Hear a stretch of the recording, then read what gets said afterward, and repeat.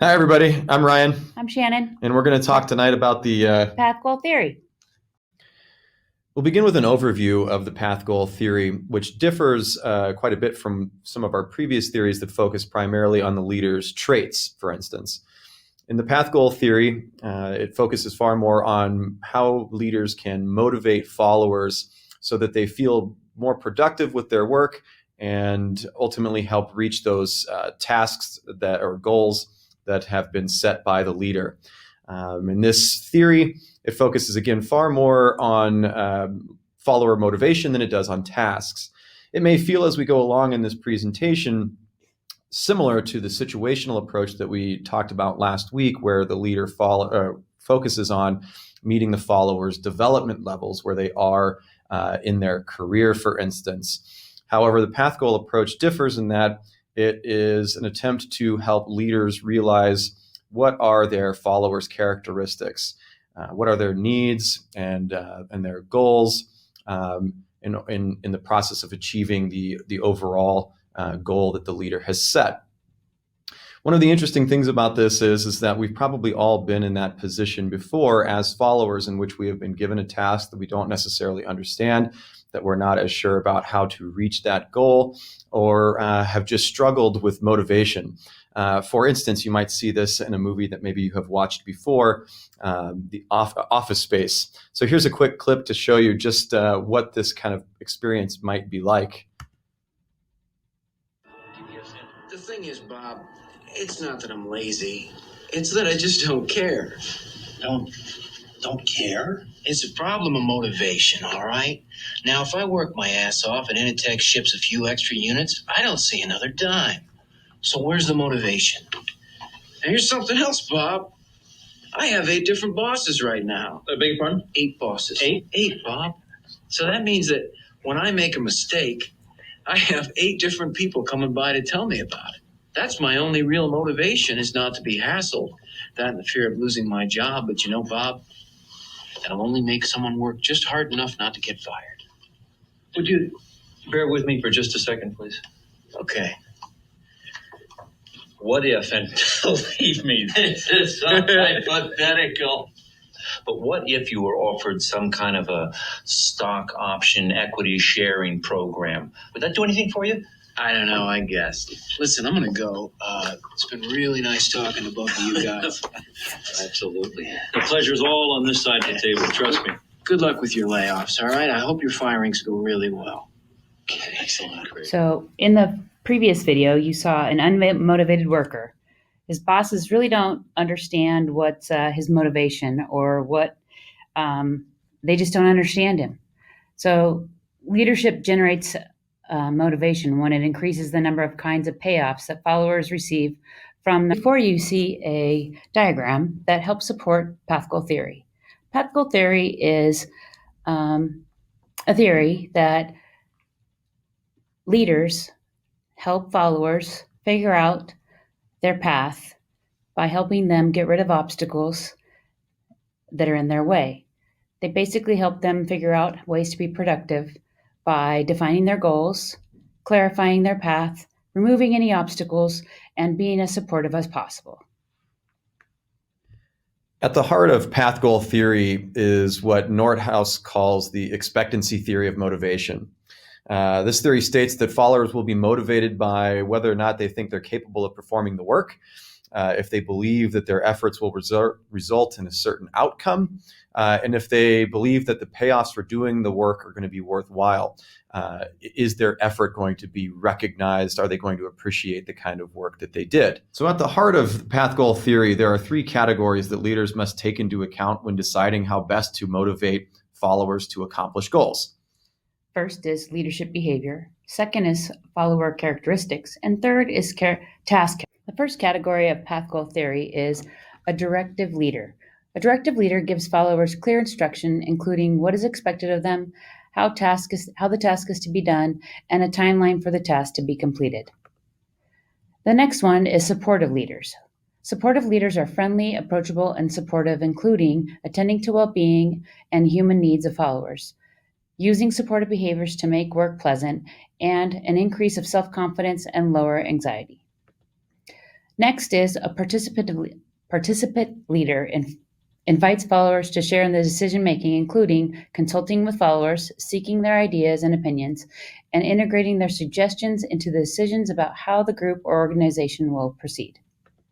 Lastly, there is the achievement-oriented leader. Achievement-oriented leader helps followers perform work at the highest possible level and show a high degree of confidence that followers are capable of establishing and accomplishing challenging goals. Now that Shannon has told us about the 4 qualities or 4 behaviors of leaders outlined in the path goal theory, I'm going to talk a little bit about the behaviors of subordinates or followers that are outlined in that theory.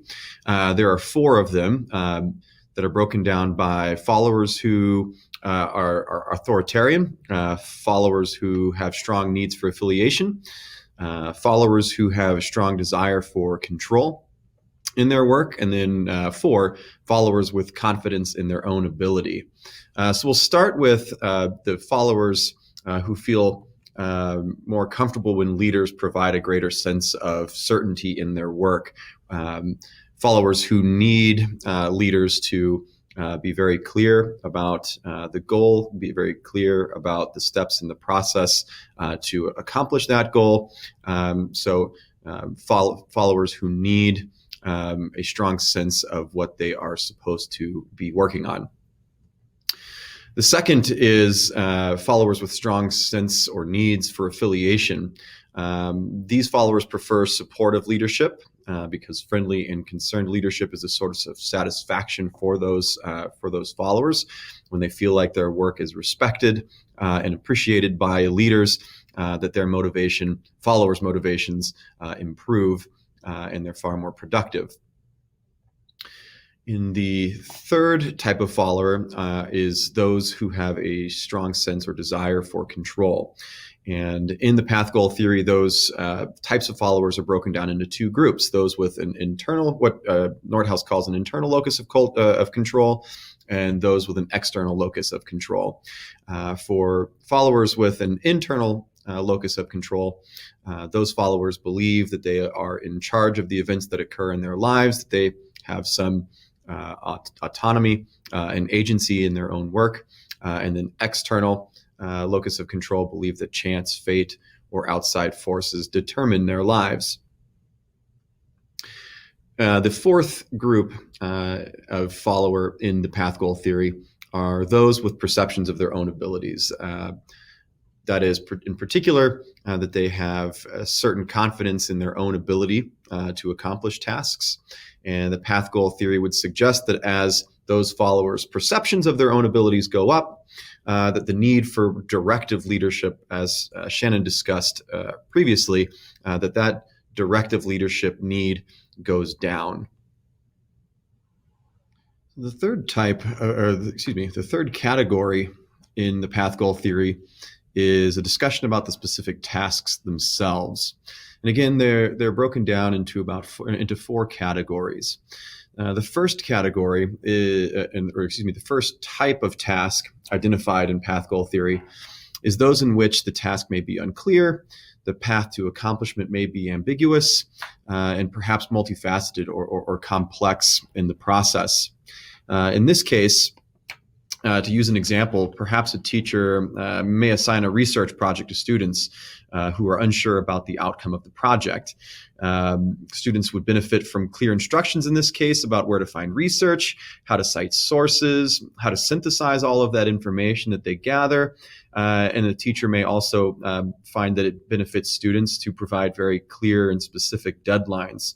All of those approaches would help reduce some of the uncertainty students feel in accomplishing such a task, especially if they're unfamiliar with or not used to doing research projects, for instance. The second task characteristic are those that might be repetitive, unchallenging, or mundane. In this case, path goal theory calls for leadership that is more supportive and encouraging. To use another example from the classroom, for instance, maybe teachers might improve student motivation in the classroom to tackle tasks such as vocabulary and grammar tasks that students often find mundane. Maybe teachers might be able to overcome such obstacles by finding ways to gamify such activities, using the time in those activities to maybe also build group rapport amongst the individuals in the classroom, and perhaps frequently reminding them of the value and power language mastery affords students in their own lives.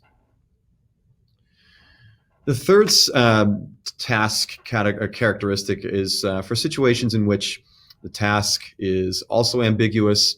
It may be unclear how certain paths lead to certain goals, and where there may be little structure already in place for followers to tackle such a task. An example, for instance, might be for removing such obstacles for students, might be to have students participate, for instance, in the beginning of the year, setting the classroom rules and procedures so that they feel involved in the decision making about what their year will look like and how they will be successful. Lastly, the fourth task characteristic is one in which the task is challenging. The leader has set high standards for achievement, but that the outcome of the task may be ambiguous.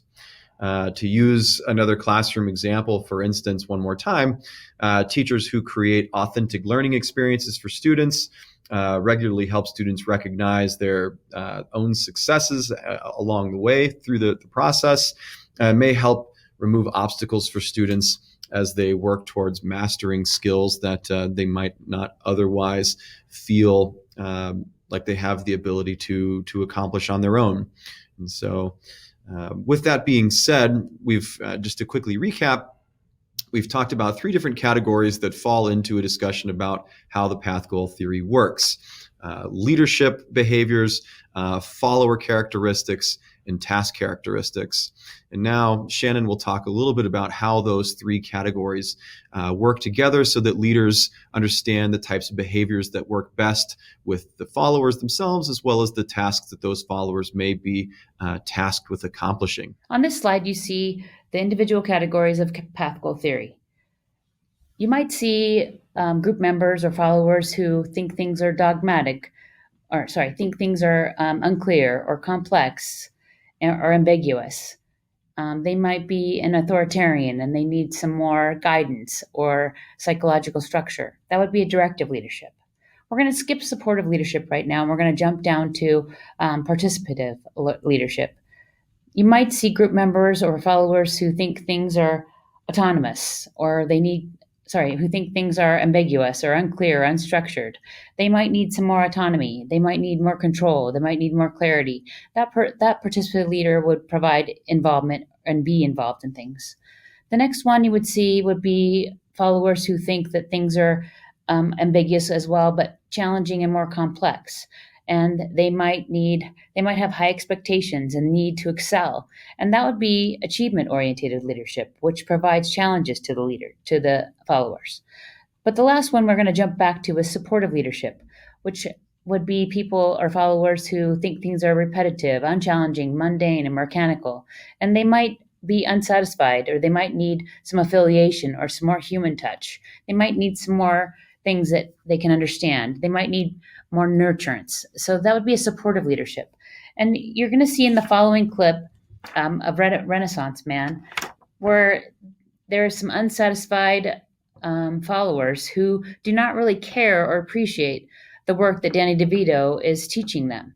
So you're going to see in path goal theory that this is supportive leadership, and that he helps motivate them. So take a look for yourself. Own self be true. Melvin, all right. Melvin, stop. You can say the rest when you come out of the coma. Sit down. Look, you gotta say it to a beat. You know, does anybody play the drums? Both of you? Yeah. All right, but walk this out on the desk. What do you want?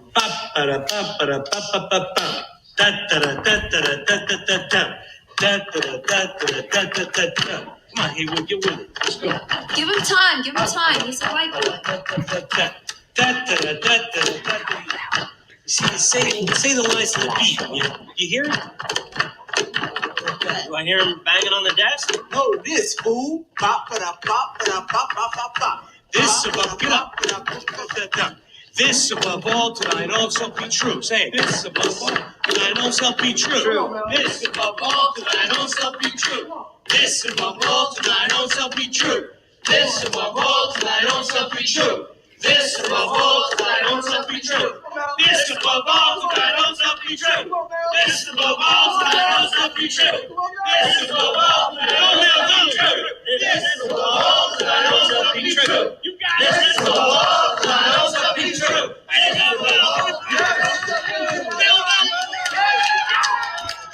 Beyond using the three categories laid out by the path goal theory, Northouse also mentions that there are several questions that a leader could use to help better understand a follower's motivation. Those questions there's three questions that Northouse mentions. One, how can I motivate followers to feel that they have the ability to do the work? Two, how can I help them feel that if they successfully do the work, they will be rewarded? And three, what can I do to improve the payoffs that followers expect from their work? Northouse mentions some strengths and criticisms, which we'll do an overview of real quick. Some of the strengths of the path goal theory, as outlined by Northouse, are that it is a useful theoretical framework for understanding how various leadership behaviors affect followers' satisfaction and work performance. No other leadership approach deals directly with motivation, and that because of the diagram that we have been using in previous slides, that the path goal theory is practical. A leader could take a look at the different types of follower behaviors, as well as task characteristics, pinpoint which of the particular leadership styles works best, and then use that in the situation that they find themselves in. To wrap up our discussion about the path goal theory, we'll end with the criticism outlined by Northouse. One, it is complex and incorporates so many different aspects of leadership and related contingencies that interpreting the theory can be confusing. It has received only partial support from the many empirical research studies that have been conducted to test its validity. The path goal theory also does not account for gender differences in how leadership is enacted or perceived. It presumes that leaders possess the advanced communication skills to move back and forth between these different leadership behaviors to effectively interact with followers in all given situations. It fails to explain adequately the relationship between leadership behaviors and its influence on follower motivation. It also places a great deal of responsibility on leaders and much less on followers themselves. So while the path goal theory focuses on the motivations of followers, ultimately the path goal theory still leans very heavily on what leaders do to help followers accomplish those goals. Conclusion. The path goal theory offers leaders a roadmap that gives directions about ways to improve follower satisfaction and performance. Thanks for watching. Bye, everybody. Bye.